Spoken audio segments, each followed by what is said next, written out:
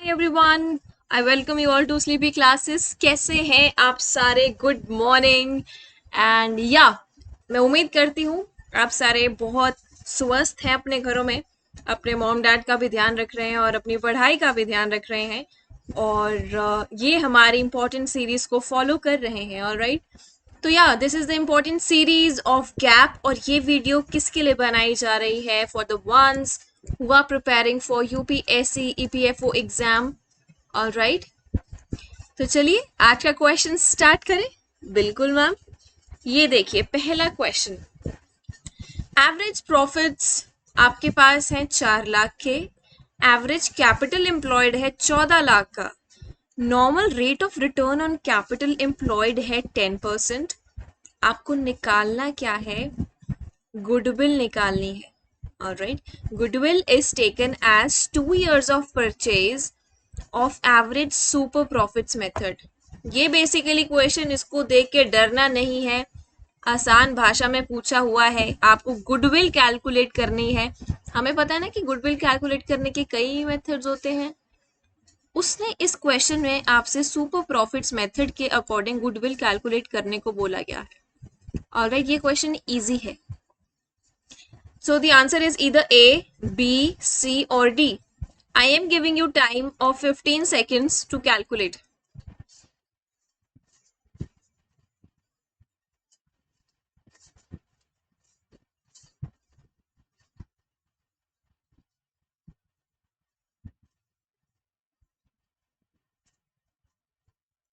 Alright, I think I should tell you the answer. जिनको और समय चाहिए वीडियो पॉज कर सकते हैं। इस क्वेश्चन का आंसर है अपना बी, 5,20,000। अब ये कैसे आया? ये देखिए, जो हमारा सुपर प्रॉफिट्स मेथड है ना, इसके अकॉर्डिंग गुडविल कैसे निकलती है। मतलब ये एक मेथड है, काफी मेथड्स होते हैं गुडविल कैलकुलेट करने के लिए, this is one of them. ये उनमें से एक मेथड है। Goodwill is equals to super profits into years of purchase. क्या हमें क्वेश्चन में ईयर्स ऑफ परचेज गिवन है? ध्यान से देख के बताएं, क्या हमें गिवन है? Yes, it is given. अब सुपर प्रॉफिट्स नहीं हमें पता, वो कैसे निकालते हैं? Average profits minus normal profits. Question में देखो क्या गिवन है, क्या एवरेज प्रॉफिट्स गिवन है? यस। ढूंढो यहाँ पे कहीं नॉर्मल प्रॉफिट्स दिख रहे हैं आपको ना? ये दोनों चीजें हैं लेकिन नॉर्मल प्रॉफिट्स नहीं दिए हुए। ठीक है, अब नॉर्मल प्रॉफिट्स को कैसे निकालते हैं? Average capital employed into rate of return. क्या हमारे पास एवरेज कैपिटल एम्प्लॉयड है? यस। क्या हमारे पास रेट ऑफ रिटर्न है? यस। तो क्या अब इस क्वेश्चन को हम सॉल्व कर सकते हैं? जिनसे नहीं हुआ, चलिए इस क्वेश्चन को सॉल्व करते हैं। ये देखिए, होल्ड ऑन। या सबसे पहले नॉर्मल प्रॉफिट्स कैलकुलेट करते हैं। नॉर्मल प्रॉफिट्स क्या है मेथड इसका? Average capital employed into rate of return, this is the method. Average capital employed देखिए कितनी है? 14 lakh, into rate of return कितना है? 10%। 14 लाख इंटू 10% कितना आया? 1,40,000। ये क्या आ गया अपने? Normal profits. एवरेज प्रॉफिट्स कितने दे रखे हैं क्वेश्चन में? 4 लाख। ये देखिए यहां दे रखे हैं कितने? 4 लाख। ठीक है, मेरे पास नॉर्मल प्रॉफिट्स है, मेरे पास एवरेज प्रॉफिट्स है, ये दोनों हैं। तो क्या मैं सुपर प्रॉफिट्स निकाल सकता हूं? यस, मैं कैलकुलेट कर सकता हूं। Super profits is equals to average profits minus normal profits. आपने ये नहीं करना super profits is equals to normal profits minus average, नहीं, एवरेज में से माइनस करनी है नॉर्मल। एवरेज कितनी है? 4 लाख। नॉर्मल प्रॉफिट्स कितने हमारे पास? 1,40,000। इसको अगर हम माइनस करेंगे तो देखिए क्या आ रहा है? 4 लाख, 1,40,000,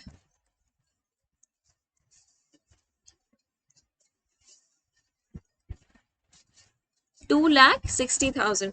सुपर प्रॉफिट्स कितने आ गए? 2,60,000। अभी सुपर प्रॉफिट्स निकले हैं, गुडविल नहीं निकली। सुपर प्रॉफिट्स गिवन है, ईयर्स ऑफ परचेज गिवन है, क्या गुडविल निकल सकती है? बिल्कुल निकल सकती है। अब देखिए सुपर प्रॉफिट्स कितने हमने कैलकुलेट करे हैं? 2,60,000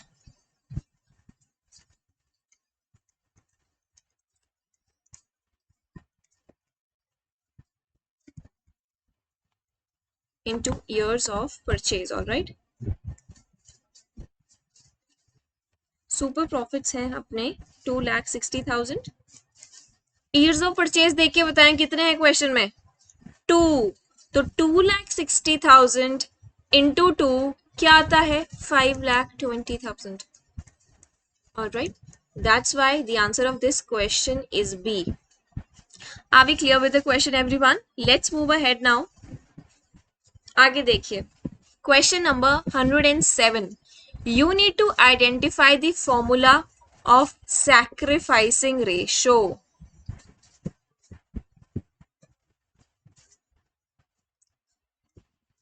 I am giving you 10 seconds. मुझे बताएं क्या इसका आंसर है ए, बी, सी के डी? कौन सा आंसर है इसका?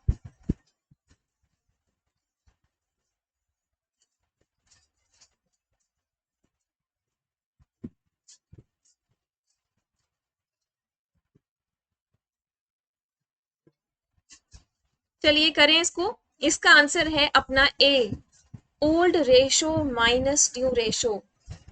ये ना मैंने आपको एक तरीके से बताया था. कौन बताएगा बच्चा, किस तरीके से मैं आपको समझाया था? ये क्या है? आपका फेवरेट जो आप जाके खाते हो किसी, ये एक गोल है, ठीक है? इसको गोल समझना है आपने. रुकिए,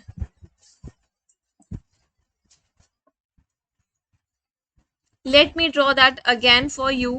This is something which you love to eat, and this is what? This is your favorite pizza. alright, this is your favorite pizza. मुझे बताएं, अभी ना आप दो फ्रेंड्स हैं. वो दो फ्रेंड्स हैं, एक फ्रेंड का नाम है रीमा, एक फ्रेंड का नाम है रश्मि. ये दो फ्रेंड्स हैं, ठीक है? ये दोनों गए पिज्जा खाने, और पिज्जा की ना 6 स्लाइसेस थे. मुझे बताएं रीमा के हिस्से कितने स्लाइसेस आएंगे अगर दोनों को इक्वल करना है? ये हिस्सा रीमा के आएगा, ये भी और ये भी. रश्मि के कौन सा आएगा? ये 3. मतलब बात इतनी है कि रीमा को ना 3 स्लाइसेस मिलेंगे और रश्मि को 3 स्लाइसेस मिलेंगे. पहले अभी क्या हुआ, इनकी ना एक फ्रेंड आ गई नई. उसका नाम क्या है? श्रुति. श्रुति आ गई. अभी इनको नहीं पता था, इन्होंने पिज्जा ऑर्डर कर चुके हैं ये लोग. श्रुति आ गई, वो कहती मैं भी खाऊंगी. कहते ओके, इन दोनों का दिल बहुत बड़ा है. वो कहते मैं भी, ठीक है हम तुमसे शेयर कर लेंगे. अब पीस तो उतने ही रहेंगे ना. पिज्जा ये थोड़ी कि पिज्जा भी डबल हो जाएगा ना. पिज्जा के पीस 1 2 3 4 5 6 ही रहेंगे. ये तीनों आपस में बराबर में कितने स्लाइसेस बांटेंगे? अब 2 1 2 3 4 5 6. मतलब पहले रीमा और रश्मि को कितने मिल रहे थे स्लाइसेस? 3. अब रीमा और रश्मि को कितने स्लाइसेस मिल रहे हैं? 2. आपको नहीं लगता कि रीमा को एक स्लाइस कम मिल रहा है अब, और रश्मि को एक स्लाइस कम मिल रहा है पहले के मुताबिक? यस. कितना कम मिल रहा है? 1. या रश्मि को भी 1 कम मिल रहा है. श्रुति तो न्यू है ना. अब ना इसको एज अ पार्टनर समझो. रीमा है आपकी ओल्ड पार्टनर, रश्मि है ओल्ड पार्टनर, श्रुति है न्यू पार्टनर. सेक्रीफाइस रीमा ने कितना किया? कितना किया आपने मुझे खुद बताया? 1 स्लाइस. सेक्रीफाइसिंग रेशो कैसे निकाली आपने? Old share minus new share. कितना आया? Old share minus new share. पहले कितना खा रही थी रीमा पिज्जा? 3 स्लाइसेस. अब कितने खा रही है? 2. उसकी सेक्रीफाइसिंग कितना आया? 1. तो सेक्रीफाइसिंग रेशो का भी यही फॉर्मूला है. ओल्ड रेशो में से न्यू रेशो को माइनस कर देंगे, सेक्रीफाइसिंग रेशो आ जाएगी. Are we clear with this? ये कब होता है? जब आपके पार्टनर की एडमिशन हो. ठीक है, आगे देखिए. You need to calculate the formula of gaining ratio now. ठीक है, गेनिंग रेशो में पता है? अगर नहीं पता है तो आज क्लियर हो जाएगी. बताएं इसका आंसर क्या ए है, बी है, सी है कि डी है? आपके पास समय है 10 सेकेंड का।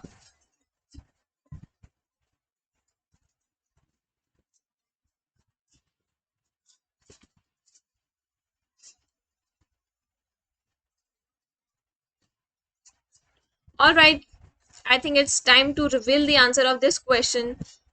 गेनिंग रेशो क्या होती है अपनी, अगर सेक्रीफाइसिंग रेशो है ओल्ड माइनस न्यू, तो गेनिंग रेशो क्या होगी, न्यू माइनस ओल्ड। आंसर है इसका बी। क्या फिर से लॉजिक समझाऊं मैं इस क्वेश्चन में? मैं समझा देती हूँ जो बच्चे नए हैं। ये है आपका पिज्जा, ठीक है। ये लीजिए, आपकी फेवरेट पाइनएप्पल टॉपिंग्स आ गई। अब अभी मुंह नहीं बनाना किसी ने, ठीक है। ये है पाइनएप्पल टॉपिंग्स। हमारे पास कितने पार्टनर्स हैं? हमारे पास ना अभी 3 पार्टनर्स हैं। वो कौन कौन है? एक तो रीमा, ठीक है, एक है रश्मि, एक है श्रुति। इस पिज्जा के कितने स्लाइसेस हैं? 6 स्लाइसेस हैं। 1 2 3 4 5 6। मुझे बताएं कि रीमा को कितने स्लाइसेस मिल रहे हैं अभी? 2। रश्मि को 2, श्रुति को 2। अब पता है क्या हुआ, जो ये पार्टनर है ना आपका, ये श्रुति, ये रिटायर कर गई। मतलब ये रिटायर कर गई मतलब है कि इसको कॉल आ गया अपने फ्रेंड से, इसके घर वालों से फोन आ गया कि भाई श्रुति कहाँ पे हो, बहुत लेट हो गया, घर वापस आओ जल्दी से।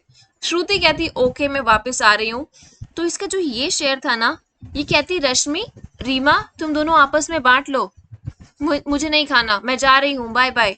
ये शेयर तुम आपस में बांट लो। तो मुझे अब बताएं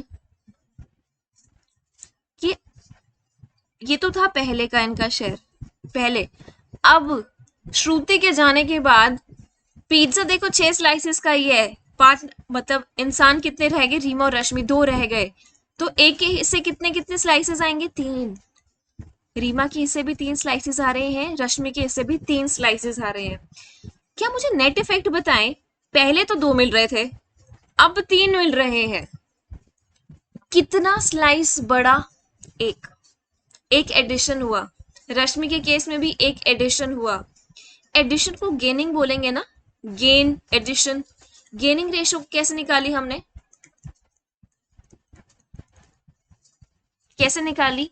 न्यू मतलब जो अब का है, प्रेजेंट का है न्यू, माइनस जो पहले था old. New ratio minus old ratio क्या आएगी हमारी? Gaining ratio. क्या बात क्लियर है? ये एग्जाम्पल के लिए बहुत सोचना पड़ता है। मैं उम्मीद करती हूँ अब आपको एकदम क्रिस्टल क्लियर हो गया होगा। ऑलराइट, आगे देखिए। अच्छा, ये ना इन क्वेश्चंस के कैपिटल और रेवेन्यू एक्सपेंडिचर की ना डिमांड आई थी, इस वजह से ये टॉपिक लेके आए हैं हम। और एक एक करके ही टॉपिक्स को कवर करेंगे, जो बच्चा जो बोलता जाएगा उस अकॉर्डिंग हम क्लासेस में कवर करेंगे। तो ये बहुत इंपॉर्टेंट कॉन्सेप्ट है जिस बच्चे ने बोला था कैपिटल और रेवेन्यू एक्सपेंडिचर का। तो अब काफी क्वेश्चंस उसके रिलेटेड हम करेंगे, ठीक है, ताकि एग्जाम में कोई गलती ना हो। क्वेश्चन पढ़िए 109। It says that an expenditure, the benefit of which is enjoyed for more than one financial year, is called revenue expenditure, capital expenditure, long-term expenditure, कि none of the above.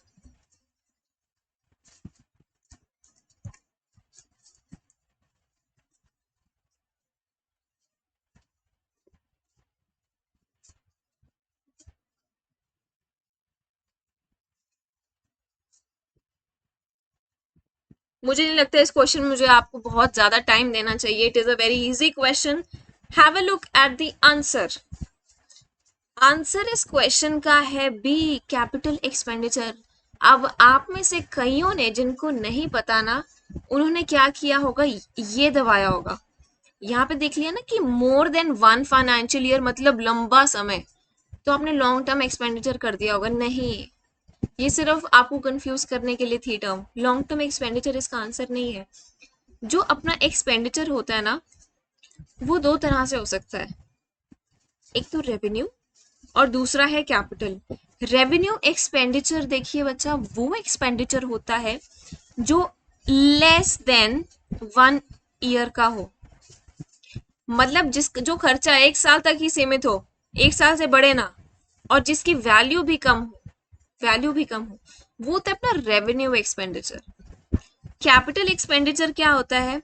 जिसका tenure more than 1 year हो, काफी लंबा समय हो, और जिसकी value भी बहुत ज्यादा हो, दैट इज कैपिटल एक्सपेंडिचर। तो क्वेश्चन पढ़िए, expenditure the benefit for which is enjoyed for more than 1 financial year. क्या है मोर देन 1 फाइनेंशियल ईयर? बताए, खुद से बताए आंसर क्या है इसका? Capital expenditure. Are we clear with this question? Moving on to the next one, 110th, identify the capital expenditure. अभी कैपिटल एक्सपेंडिचर तो पढ़ा, अब ना मुझे एग्जाम्पल बताएं कौन सा होगा। Rent received, depreciation on fixed assets, stationery expenses, कि नन ऑफ द अबव? रुकिए, I want to write here something, depreciation on fixed assets.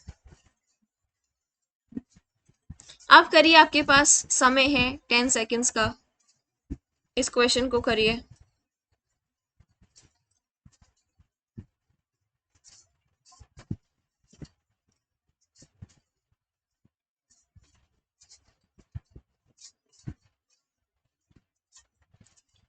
Answer देखिए, ये देखिए, इसका आंसर है अपना D, none of the above. अरे तो क्या हुआ अगर मैंने डेप्रिसिएशन के आगे फिक्स्ड एसेट्स लिख दिया? इसका ये मतलब थोड़ी है कि ये आंसर बन गया, ऐसे नहीं सोचना।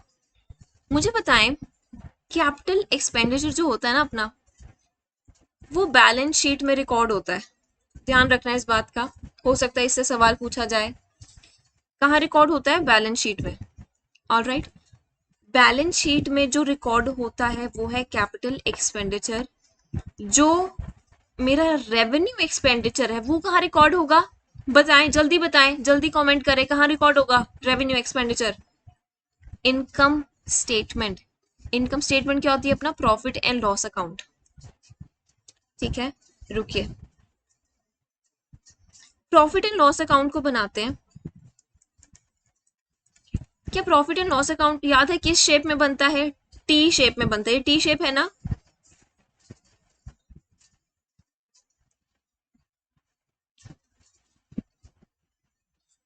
यहाँ पे क्या आएगा? अपना एक्सपेंसेस, यहाँ पे अमाउंट, उस एक्सपेंस की अमाउंट, यहाँ आएंगी इनकम्स, ये उसकी अमाउंट, ये है क्रेडिट साइड, ये है डेबिट साइड। एक्सपेंस में, प्रॉफिट एंड लॉस में क्या क्या कुछ लग रहे हैं जाने पहचाने इनमें से? डेप्रिसिएशन कहाँ आता है? Profit and loss to depreciation, जो भी इसकी अमाउंट है।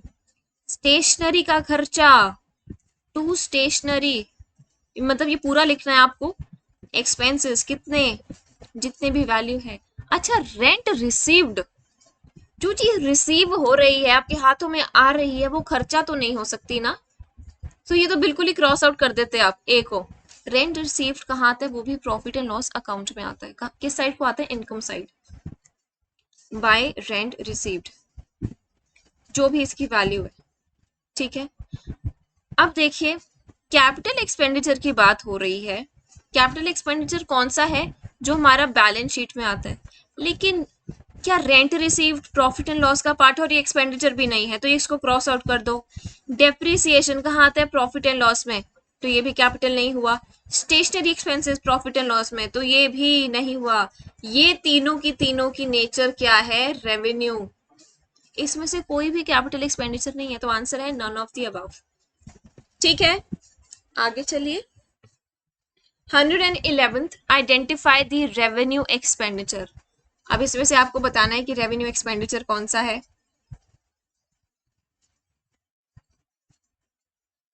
Is it a cost of machinery, cost, sorry, purchase of trademarks, cost of issue of shares, की नन ऑफ द अबव? सोच के बताना। Revenue expenditure, you are having time of 10 seconds.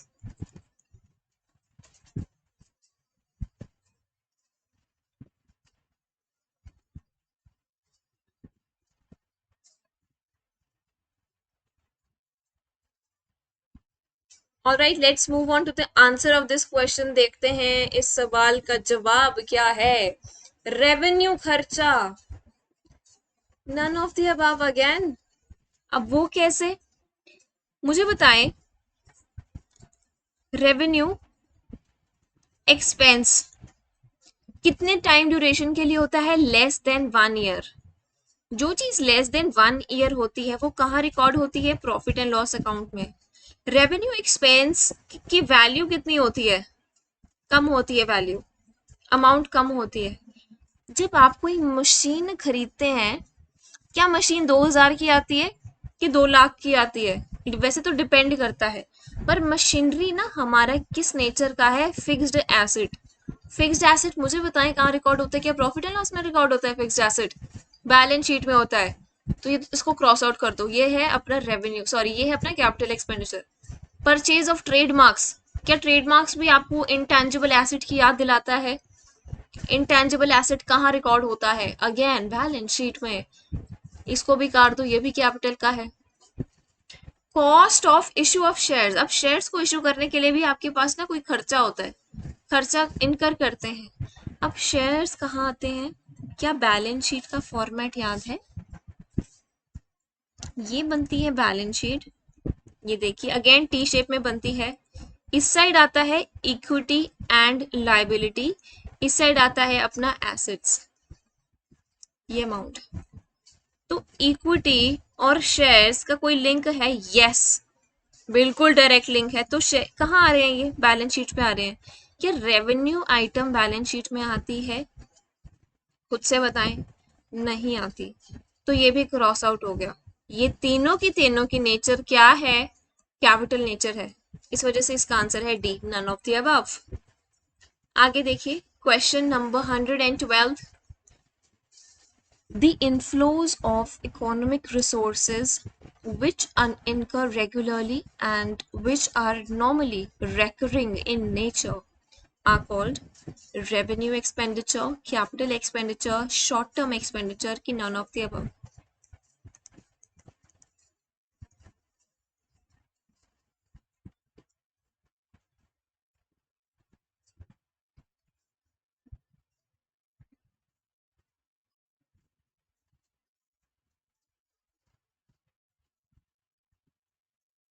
हो गया, चलिए इस क्वेश्चन को करते हैं। इसका आंसर है अपना ए, रेवेन्यू एक्सपेंडिचर। देखो क्वेश्चन को, इनफ्लो हो रहा है कुछ of economic resources which incur regularly. रुकिए, सॉरी सॉरी, मेरे से ना यहाँ पे एक मिस्टेक हुई है, गलती से मिस्टेक हुई है। ये इनफ्लो नहीं है, ये आउटफ्लो है। I am sorry for this. Outflow of economic resources which इनकर, अब ध्यान से पढ़िएगा इस क्वेश्चन को, which incur regularly and which are normally recurring, मतलब जो होते रहते हैं होते रहते हैं होते रहते हैं। मुझे एक बात बताएं, क्या आप बिजनेस के लिए मशीनरी या प्लांट या लैंड एंड बिल्डिंग रोज खरीदते हैं? आप कहेंगे नहीं। तो फिर मुझे एक और सवाल का जवाब दें, क्या आप बिजनेस के लिए रॉ मटेरियल्स, स्टेशनरी के एक्सपेंसेस, रेंट वगैरह, इसके लिए एक्सपेंसेस आए दिन करते रहते हैं? यस। तो क्या आप रेगुलरली एक्सपेंसेस कर रहे हैं और रेकरिंग है, मतलब आए दिन होते रहते हैं? तो ये जो ऐसे एक्सपेंसेस हैं जो रेगुलरली करते रहते हैं, रॉ मटेरियल, स्टेशनरी, रेंट, ये कहाँ रिकॉर्ड होता है? प्रॉफिट एंड लॉस अकाउंट में। और प्रॉफिट एंड लॉस में जो चीज रिकॉर्ड होती है उसकी नेचर क्या होती है? Capital, sorry revenue, revenue. ठीक है, तो इसका आंसर ना तो बी होगा, ना सी होगा और ना ही डी होगा। ठीक है, आगे चलें। Identify the revenue receipt. अब इसमें से रेवेन्यू रिसीट क्या है ये आपको खोजना है। ठीक है, is it a cash received from sale of fixed assets, cash received from issue of shares, B C cash received from loan taken, या डिविडेंड इनकम रिसीव्ड?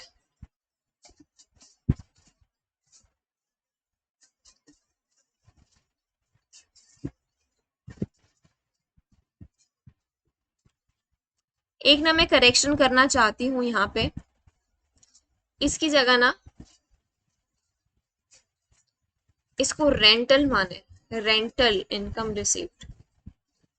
ठीक है, चलिए आपके पास समय है 10 सेकंड का, जल्दी करिएगा इस क्वेश्चन को।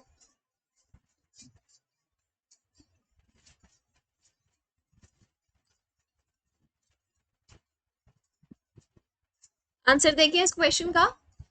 All right, answer of this question is D. यहाँ पे मैंने आपको ये चीज कटवा दी है, क्या लिखवाया है इसकी जगह, रेंटल। मुझे चलिए अभी देख के बताएं क्वेश्चन में से, रेवेन्यू रिसीव्ड वो होती है ना जो प्रॉफिट एंड लॉस में आती है। यस ओके, अब इस बात को ना ध्यान रखना है। कैश जो मिलता है ना फिक्स्ड एसेट से, फिक्स्ड एसेट से, उसकी वैल्यू क्या होगी?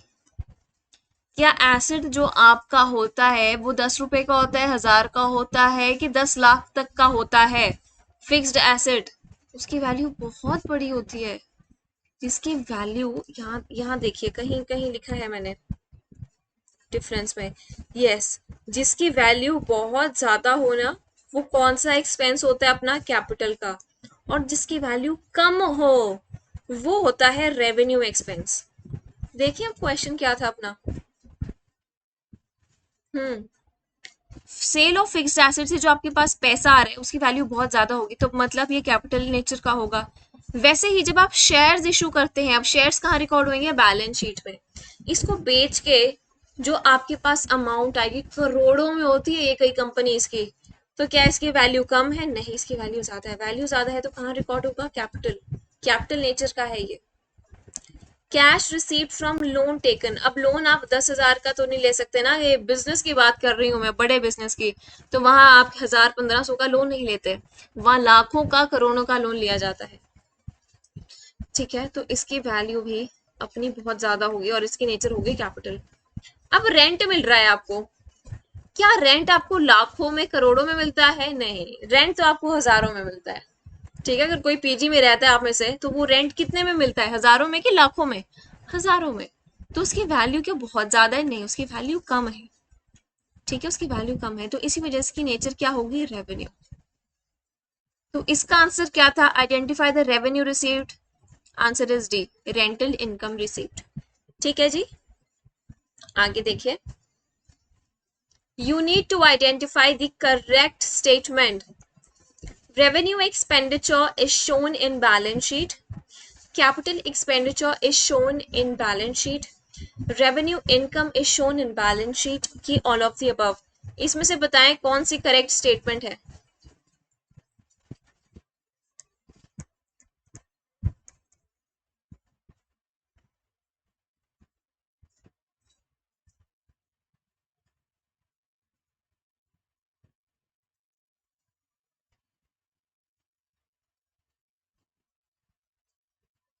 Okay, let's have a look at the answer of this question।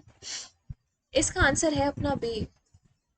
Identify क्या करना था, सही स्टेटमेंट कौन सी है।